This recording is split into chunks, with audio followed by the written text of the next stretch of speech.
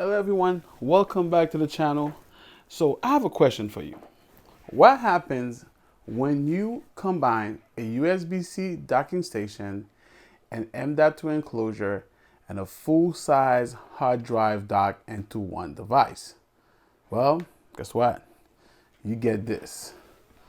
The ORICO D35M2-V1.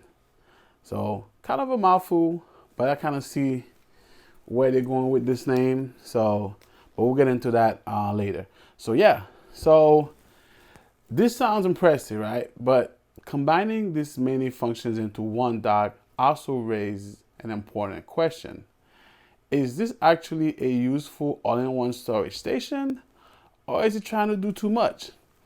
Today, we're unboxing it, installing both types of storage, testing the performance, and figuring out who should or who should not buy it. Let's get into the unboxing.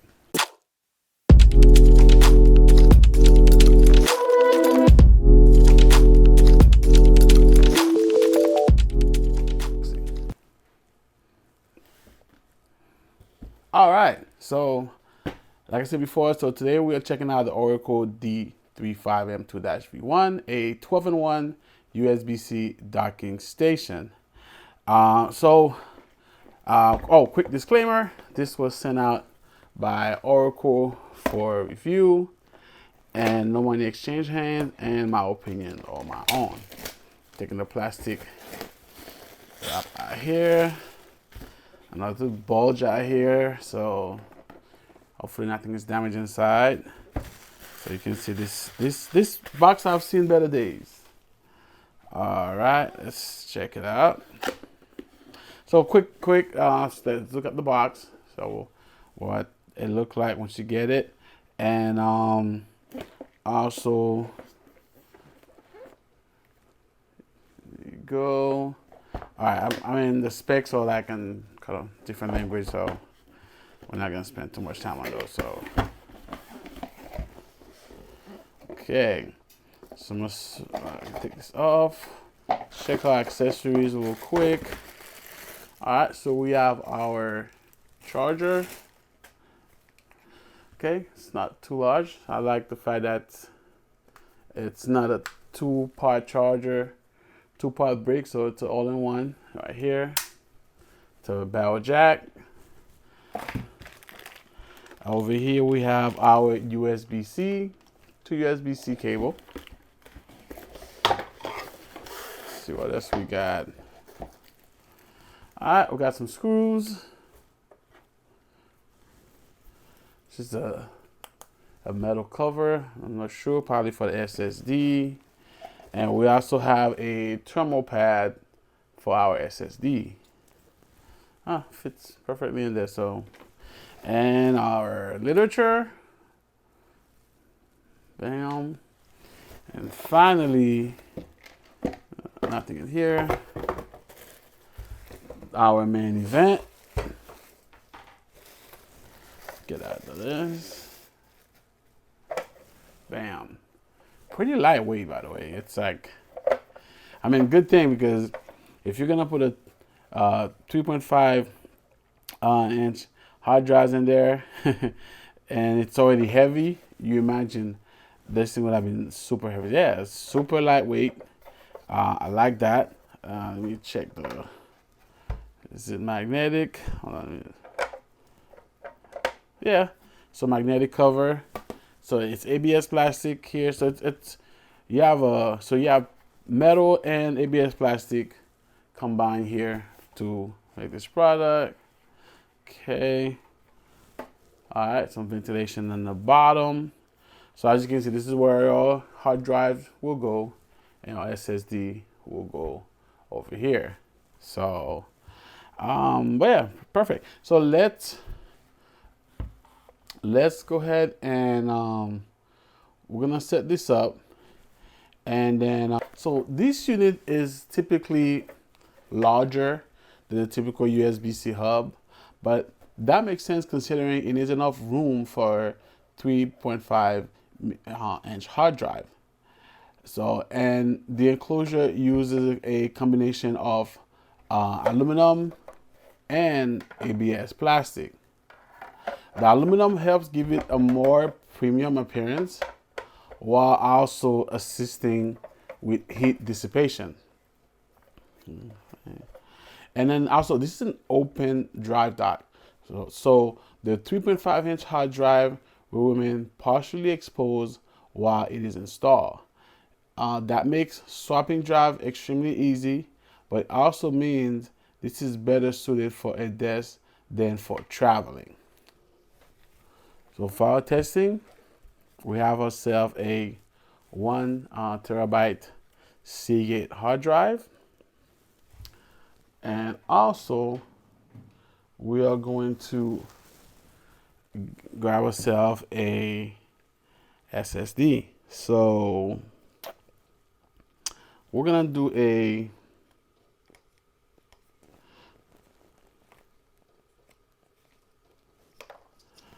a 1 terabyte Crucial SSD.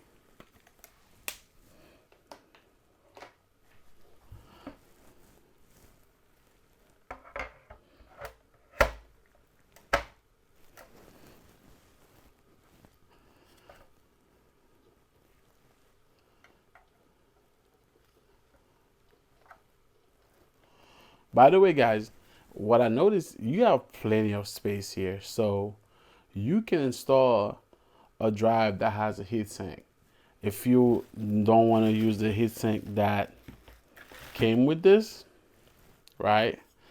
But yeah, you can pretty much install a drive, a M.2 drive with a heatsink on it. So this is what I'm gonna do. Let me go ahead and grab a drive with a heatsink because I have plenty of room, so I don't need to use any of this right now. All right, so we're going to install a 990 Pro. Already added to the heatsink, so I don't have to worry about that.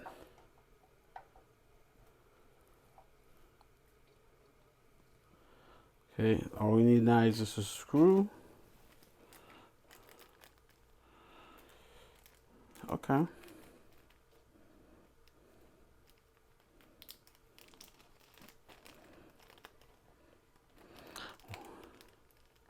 Or earlier I called these a bag of screws. These are not screws, guys. I know they're kind of hard to see. I don't know if you can tell. Yeah, they are not screws. Apologize for that. So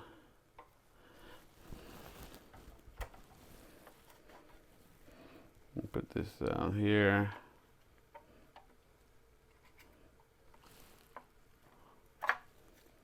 So as you can see how these are shaped. So this guy can be inserted like this. So it's pretty cool. So ORICO called these plastic plug, right, for the M.2 SSDs. Now, do I like the idea of them?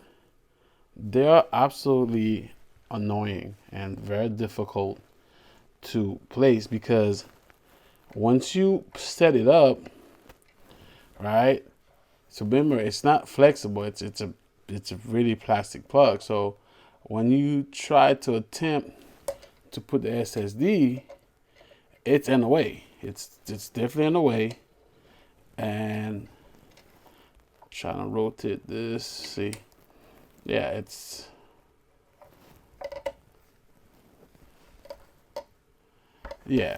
is. I don't know what the idea was for this, but it's absolutely not the best. The best way is probably trying to preset it in here and see if you can. I don't know what it is with these companies with innovating these different ways. Just give me a screw, man. Give me a stand up and a screw and call it a day. Like right now I'm wasting so much time just trying to set this up It's absolutely a waste of time. I like the idea. I like that they're trying to innovate, but let's see if it works better on something like this. Because it is absolutely, it's not it. Okay, let's see.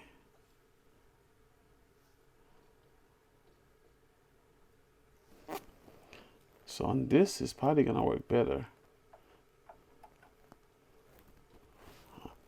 Let me make sure I put this.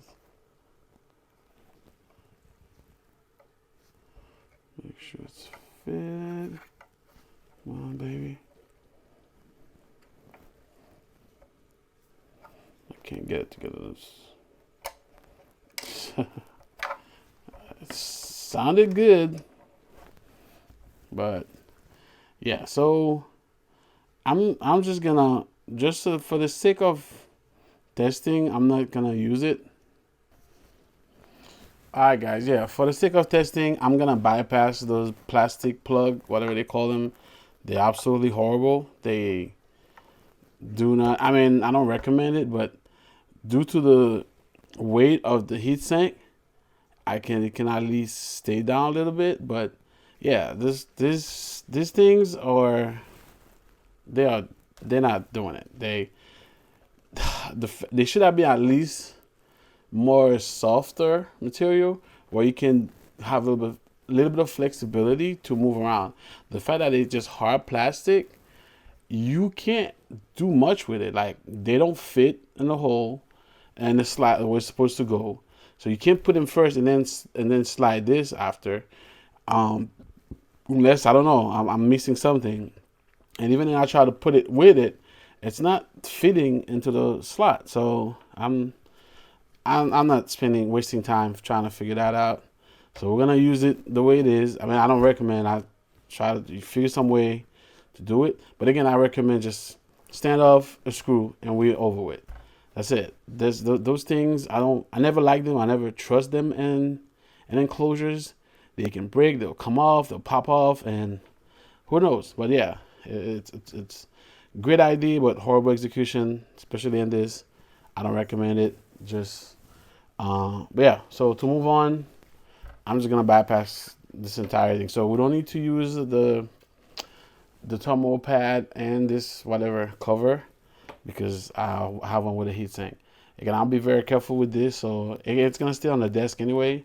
I'm not gonna move around with it. And again, with this being free as it is, with no security for the hard drive, this is not an item I recommend to kind of move around with either. So, but anyway, let's just talk about the ports. So let me cover this real quick. And also the covers, cool. I like the idea, but I would like more. See, it comes up pretty easy. I don't know. I wanted stronger magnets, right? And of course, I would love this to be metal, but it is what it is. But yeah, I would prefer stronger magnets. And yeah. Okay, so let's start from the back. Okay, let's start from the back. So you have a LAN port, okay, and this is a 1 gigabit LAN port. I would prefer 2.5, but it is what it is. All right, we have our HDMI in here.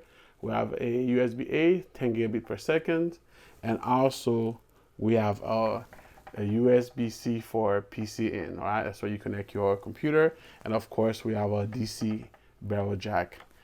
And here, all right, let me see. Still stay. See, it didn't come off. Okay.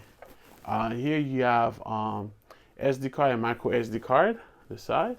Another 2 additional USB-A at 10 gigabit per second, and also we have 2 USB-C at 10 gigabit per second. So, and then of course our power button right here. Nice clickable power button. Okay, so A couple things. Everything here, as you guys heard me mention, is 10 gigabit per second. We don't even cross the threshold of 20 gigabit per second on this enclosure, but it kind of makes sense for the mechanical hard drive. But I figured for the SSD, we could have got a little bit faster speed, right? At least give me Thunderbolt 4, you know, but it is what it is. This is what we got. And yeah, so let me go ahead and bring my computer out, and we are going to test this bad boy. So all right guys, so we back with everything set up. I just got powered, got the hub connected to power, and connect with the supplied USB-C to USB cable. And as you can see, this message just pop up, and we're gonna say allow. Zoom back out. All right, so now, so of course it called it a generic 4-port USB 3.0 hub. Okay, we going to say yes, and just waiting to see. As you can see, I also connected the 1 gig LAN, which is what this support anyway.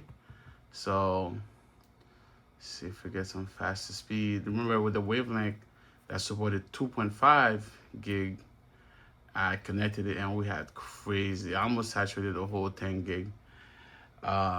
Okay, so just open this up so you guys can see. I got M.2 and our drive. Well, nothing's going on. Everything's cold to the touch.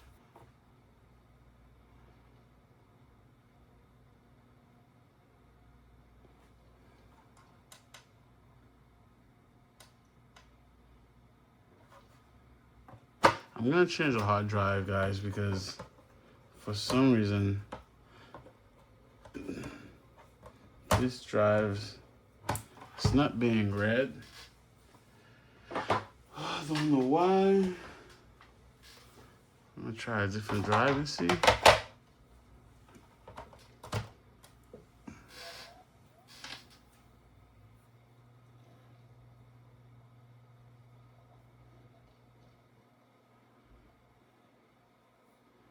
There you go. So I had a faulty drive. All right. Well, we know what's gonna get recycled next.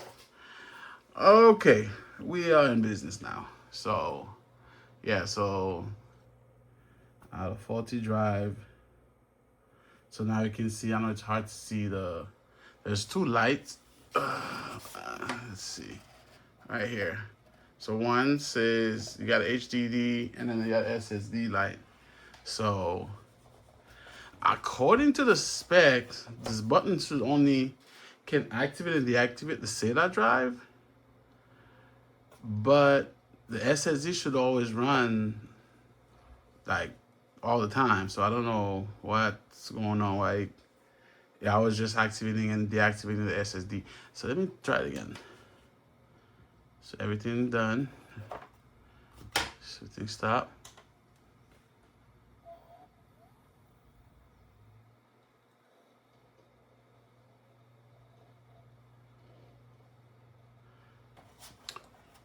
Okay, guys. One thing I want to mention. So this is not a power button, right? Even though it's you think it's a power. Once I plugged this in into an outlet, it was already powered up and pop up on my MacBook. However, this is there to control power to the hard drives and the SSD. Now, right now you see everything showed up, right? I just ignore this. You see I have my SSD, and then this is supposedly this is an HP. I guess it was, he had a partition on it. But anyway, if I push this, everything disappeared. So it cuts the power on both the M.2 and the SATA. If I turn it back on, M.2 turn on, I can feel the now. I feel the drowsiness. Remember, this is a 12 and 1 dock, and again, so for high speed connectivity, which is 10 gigabit per second, so we have 3 USB-A. Right. So remember, we got 2 on the front, 1 in the back. Right. Which I shown earlier. So you have 3 USB-A, and you have 2 USB-C data port, right? And all rated at the 10 gigabit per second. So it's like if you 5 so far, you got 5 high-speed USB port in total. And also and those pretty much you can use them for external SSD, flash drives, keyboard, mice, audio interface, capture card, and other USB accessories. For displays, you have also an HDMI connection supporting 4K at 60 Hz. And keep in mind that your computer USB-C port must support video output. Having a USB-C connector does not automatically mean that HDMI will work. I would like to see 2.5 gigabit, guys, in this day and age, especially in 2026. I mean, gigabit is still good enough for general internet access and basic network transfer, but come on, 2.5 gig, guys. That should be at least the minimum. And then, of course, you have, which we're about to test right now for if you're a photographer, videographer. So we're gonna test our SD card. See, boom, popped up, and I'm gonna try to connect the little tiny one down there. There you go. Boom. So yeah, pretty much everything is working. So that's the regular one. Yeah, pretty much everything is working. Okay, that's the regular SD card.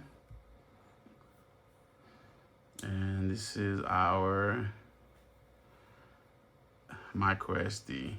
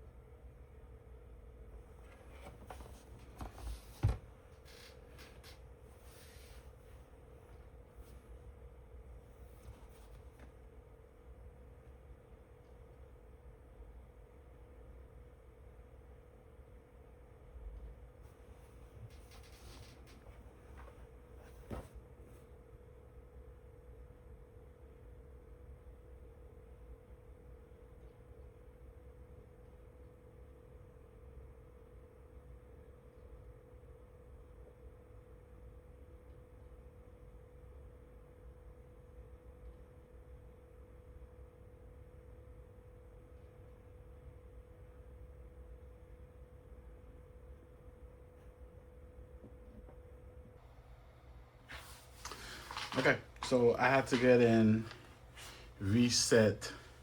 So I swapped the SSD because for some reason it was I'm not sure what's on this, and this is a 2 terabyte Samsung 990, so I didn't want to go ahead and wipe it. I just grabbed it from my stash, but I knew this came from this was a cache for my Ugreen NAS, so yeah, I don't think it's nothing important on it.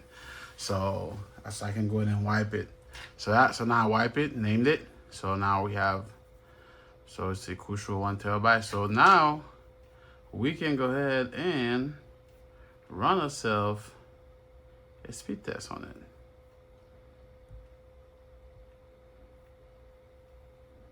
Make sure So let me try it again. So target drive. Okay, so let's see if we can get better speed with the Crucial, with the SSD, even though we are limited by, yeah, it's not bad. Better than the 4. There you go, much better.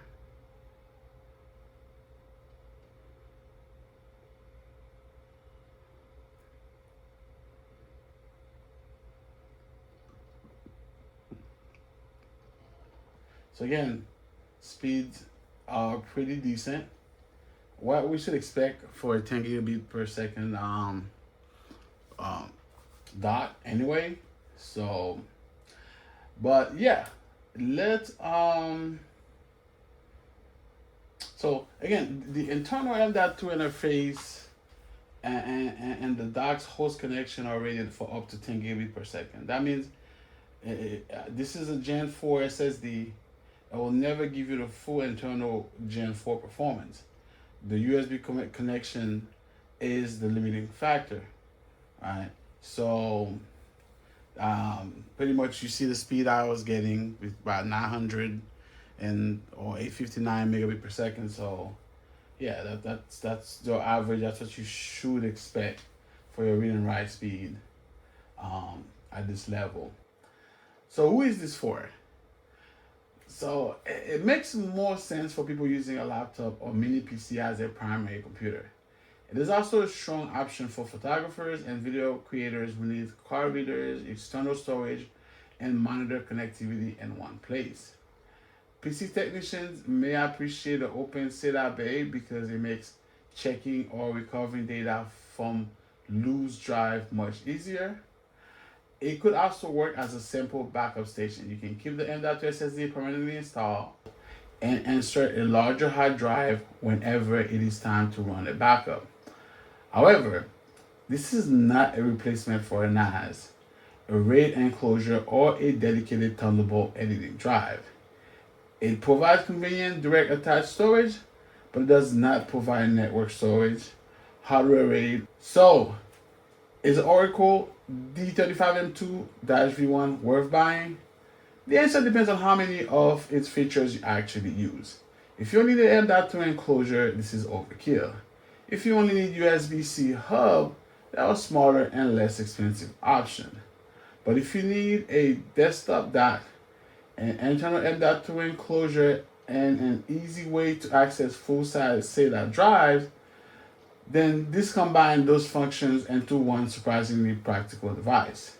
Performance is limited by 10 gigabit host connection, and I really wish ORICO had included 2.5 gigabit Ethernet. But the overall combination of storage expansion, high-speed USB port, display output card reader, and laptop charging makes it one of the most unusual and potentially useful USB-C dock I have tested. For creator, laptop users, and people with a collection of spare drive, this will clean up the desk and replace several separate devices. For the many professionals who need maximum SSD performance, RAID, or faster networking, this is probably not the right solution. Okay, at $109.99, this is far less expensive than higher-end premium Thunderbolt 5 and 4 dock. But it's also more expensive than a basic dock that does not offer a hard drive and M.2 SSD. So this is more like a very niche and special product, right? So it does fit in its own category, if you ask me, where it's not really competing with either or, right? But again, what I would like to see in the future is a similar product, right? But with more than 10 gigabit, let's say 40, or straight up Thunderbolt 4. And also, I would definitely like to see a 2.5 gigabit Ethernet.